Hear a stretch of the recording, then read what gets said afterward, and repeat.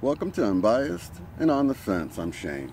Well, I wanted to make a practical guide to helping wake people up to the Mandela effect. I know I had somebody leave a comment, as people many times do, that they see it happening, but maybe their spouse or significant other or people they live with don't see it. So I wanted to create a guide for helping them see it. It's going to be sort of a comprehensive guide. We're all wired so many different ways. It's so hard to come up with a specific formula, but hopefully this will give you enough that, taking what you know about this person, you will be able to use this information I'm giving you to hopefully wake them up. And if you're sort of on the fence about whether this is even happening or not, this might be a good guide for you as well. Since we're all wired a little differently, you're going to really have to take what you know about the people and apply this information. Finding things that you know that they will notice have changed. Now, here's how you want to go about doing this.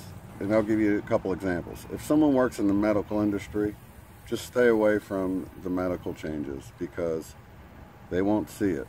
For some reason, if you're really close to something, if you've always been close to it, then when it changed, you either maybe saw the change and overwrote the old information the way it used to be, or you got changed with it or something. I don't really know how to explain it. I just know that if you go talk to a doctor right now, for him, he'll say the heart has always been in the center of the chest. But if you talk to someone who hasn't been in the medical field and they remember that we would pledge allegiance to the flag by placing our right hand over our left chest because that's where the heart is, and they remember going to the ball game as a kid but really haven't had much to do with it since then, they might notice the heart has moved. Now, if you talk to, say, your grandma was a nurse for 40 years, she's been retired for 10 or 20 years, she would probably notice the heart's moved unless she's been in close contact. Media has a big, important role as to whether people see it or not. If you're trying to show someone something about television shows, things like that, but they watch a lot of TV, they're probably not going to see it for a number of reasons. I think when I had Drew on, he brought up the fact that he saw a cable commercial that had a few of the Mandela effect changes in the commercial in the new way that they are, almost like they're trying to program you in the new way things are so that you forget the old way. Say your girlfriend, you've been with her 10 or 15, 20 years. Say in her car she's got a 10-disc CD changer in there. She never listens to the radio. She's always popping in one of 10 CDs. And she used to love the Red Hot Chili Peppers back in the 90s, but she hasn't really listened to the radio or paid much attention to it lately. But she knew it back then. Then you might want to pop off with the Red Hot Chili Peppers, the City of Angels. It's now the City of Angel. With me, I think maybe the reason I could see the Bible changes so easily was because I had read the Bible so many times when I was younger, but I haven't touched the Bible in probably close to a decade because I'd read it so much. I actually began to feel like I wasted a lot of time memorizing so much of the Bible. But now I see it was all for a reason. So you have to really look at the particular person you're trying to convince. You want to start with asking them questions, not really bringing up the Mandela effect, but for instance with the JFK assassination, you might say something along the lines of, hey, do you remember that JFK footage where he gets assassinated in the convertible? And they say, yeah. You're like, well, do you remember how many people were in the car? If they say 6, just go on about your way because that's not going to work for them. And you have to kind of pay attention to how they answer. If they answer quickly, if they seem to have to think about it, or they say it the new way, I would move on to another change and don't even bring up the Mandela effect.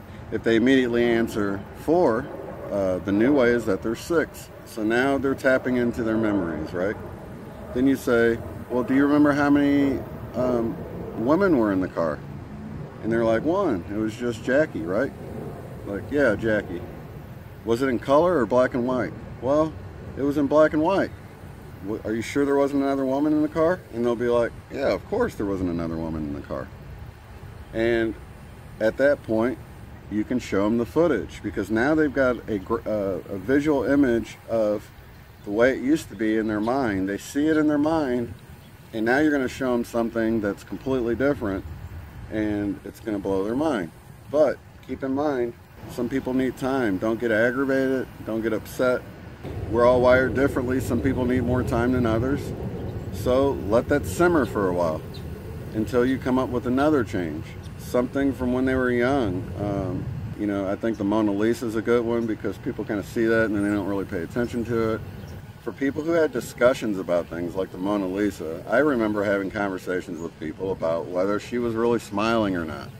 If the person acts like they're really smiling, then they probably are remembering the new way. But if they say, yeah, she was kind of smiling, kind of smirking a little bit, then you might want to have them really think about that and then show them the Mona Lisa once they sort of commit to their memory.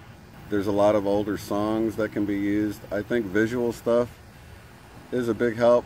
People that use their right brain more than their left, or engage it on a regular basis to do art, to do music, to write, things like that that require the right brain. These types of people are going to see it easier, in my opinion, from my experience. Like I said, some people need time. Some people might need a whole month or two. So just be patient, present something, let them go back on it if they want. Their brain is just trying to make sense of it. I felt my brain working overtime to make me believe my memories were somehow wrong. But the one that really got me over the hump was Rodin's thinker statue. I had an intimate relationship as a kid with it, so I tried to draw it several times over the years. It was always sitting on my desk. I knew the fist was to the forehead. There was no doubt in my mind. Yet I could tell my brain was trying to look at the new way and say, yeah, that looks familiar. That's how it's always been. I'd even remembered coming across the Rodin's thinker statue in a new way and figured somebody sort of remade it a little differently. I didn't realize that it had never been the other way in this reality. Another one is someone had a Volkswagen as their first car, but they've never really owned one since then. Ask them about the VW logo. Ask them about the VW logo, because I thought it had just changed. I didn't realize that it never existed in the way I remembered it. Another one is J.C. Penney with the extra E. That just looks odd. But if this person that you're trying to convince goes to J.C. Penney all the time, it's probably not going to get them, because they just started seeing it the new way and it overwrote the old information. Yet if you're with someone that's all they've ever driven was a Volkswagen, then you don't want to bring that up, because that's probably not going to work. It can be tough. Some people need time. Don't push too hard.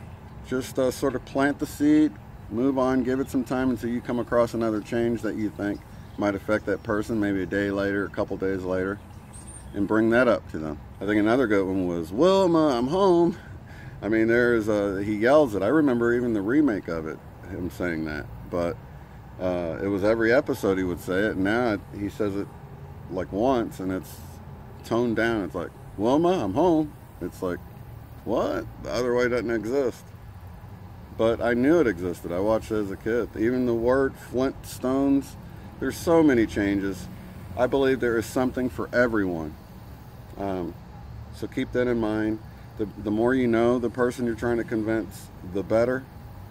Another instance was like my sister, Sally's Beauty Supply.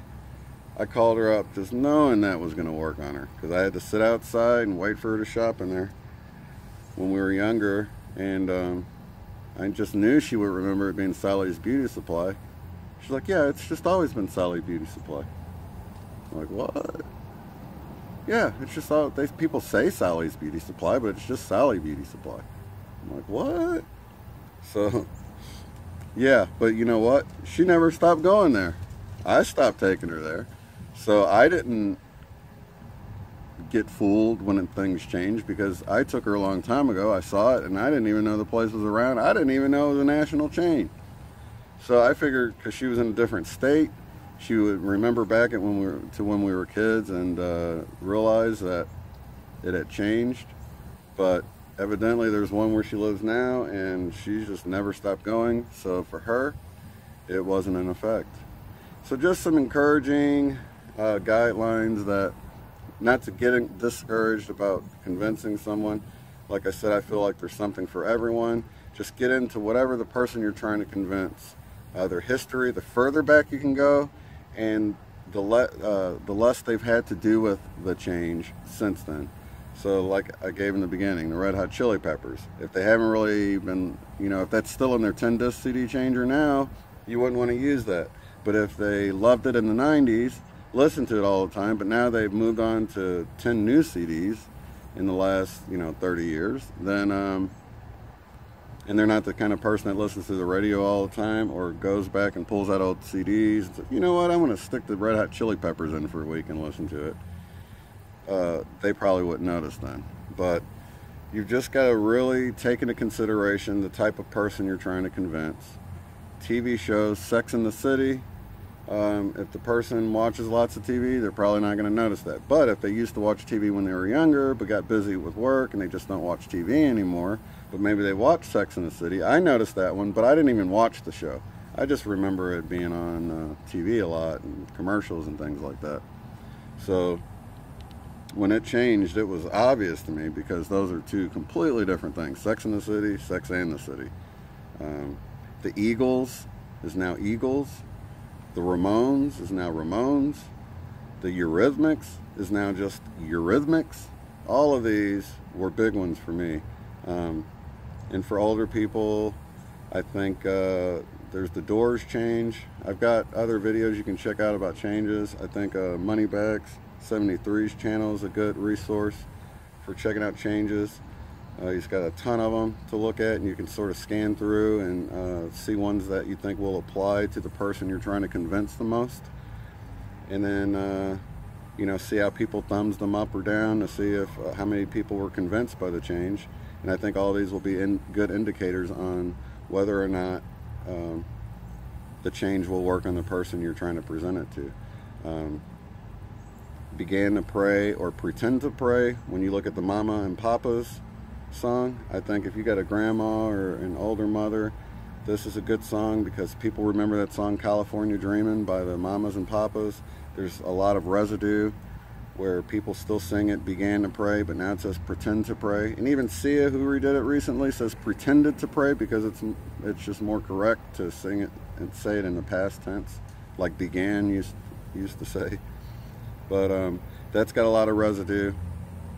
And you might want to present it like Moneybags presents it, where you affirm their memory by playing the residue first, and then play how it's changed. And that might be the more effective approach. But don't really, if they're not convinced, I wouldn't, if they start out not being convinced, don't bust out the residue, because then that just works. It's a double-edged sword. Residue works against you if the person doesn't believe in it. Residue is a double-edged sword. It'll work against you if the person's not convinced and you bust out the residue. In their mind, they'll just think, that's why people are confused about it. So, yeah, save the residue for when you know the person is already leaning towards seeing the change. Show them the residue, then show them the change. I think this would be a good approach to take. And with that, good luck. And be encouraged. Don't let this get you down. I believe this is a positive thing. It's to wake humanity up to how reality truly is, to the changes that are coming, the shifts that's happening in our reality, our consciousness, and how we need to get back to love, how religion has been in place to sort of confuse the whole thing, when just it's real simple. Love is the key. Love is the answer. And if you think about it, what most religions deem as sin is selfishness. It's not loving. I mean, think about killing or stealing or one of these things. You wouldn't do those things if you loved someone else like you loved yourself.